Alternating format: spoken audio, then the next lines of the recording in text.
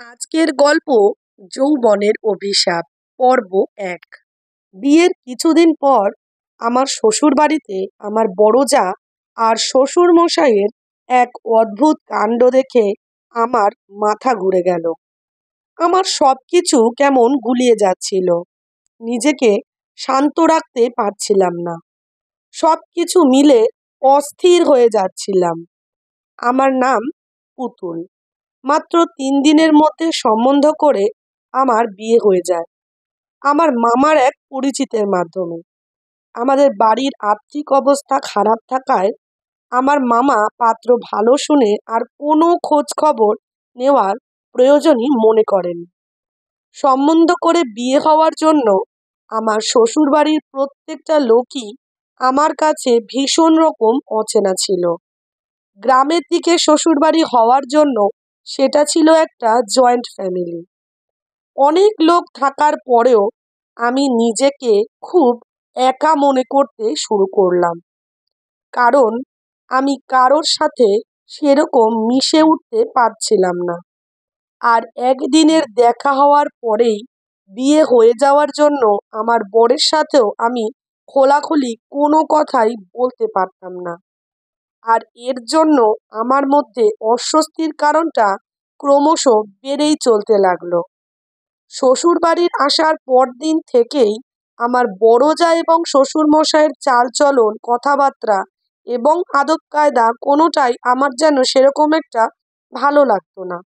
কিন্তু আমি এসব কথা আমার বরকেও কোনোদিনও বলে উঠতে পারিনি। প্রতিদিন রাত যখন ১২টা বাজে, তখনই দেখি আমার বড় জা আমার শ্বশুর মশাইয়ের ঘর থেকে একটা চাদর নিয়ে অন্য ঘরে চলে যায়, আর শ্বশুর মশাইও আমার বড় জায়ের পেছনে পেছনে হাঁটতে শুরু করে। তারপর তারা পাশের আরো একটা ঘরে ঢুকে দরজা বন্ধ করে দেয়। আমার শ্বশুর বাড়িতে আসার পরদিন থেকেই দেখতাম বাইরে থেকে সেই ঘরটিতে দিনের বেলায় তালা ঝোলানো থাকতো।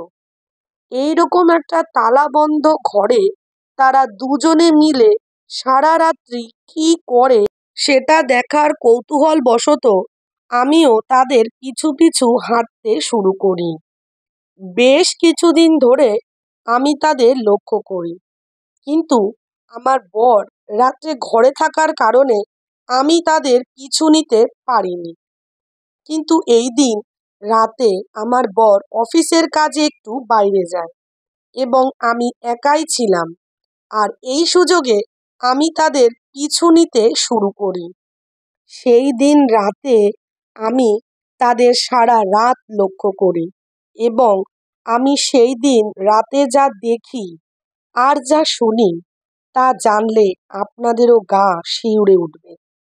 আমি দেখি তারা ঘরে ঢুকে আলো নিভিয়ে দেয়। আমি ঘরের বাইরে থেকে একটা ঝোপের মধ্যে ঢুকে তাদেরকে লক্ষ্য করতে থাকি। বেশ কিছুক্ষণ হয়ে যাওয়ার পরেও ঘর থেকে কিছু শব্দের আওয়াজ শুনতে পাচ্ছিলাম, কিন্তু কোনো কিছুই আমি দেখতে পাচ্ছিলাম না। বেশ কিছুক্ষণ বাদে দেখি আমার বড় জা ঘর থেকে বেরোলো এবং রান্নাঘর থেকে একটা ছুরি আর একটা সর্ষের তেলের বোতল নিয়ে আবারও সেই ঘরে ঢুকে দরজা বন্ধ করে আলো নিভিয়ে দিল। আমি আস্তে আস্তে পা টিপে টিপে সেই ঘরের জানলার সামনে গেলাম এবং গিয়ে দেখলাম ঘেন্নায় আমার গাটা গুলিয়ে উঠল, সাথে লোকলজ্জার ভয়ও পাচ্ছিলাম। আর আমার মামার উপর ভীষণ রকম রাগ হচ্ছিল এই রকম একটা ফ্যামিলিতে আমাকে বিয়ে দেওয়ার জন্য। শ্বশুর মশাই সে তো বাবার মতো, তারপরেও সে বৌমার সাথে এই রকম আচরণ কিভাবে করে, এটা ভেবে আমার ভীষণ রাগ হচ্ছিল। আর বড় জায়ের অসহায়তা দেখে ভীষণ রকম কষ্ট হচ্ছিল।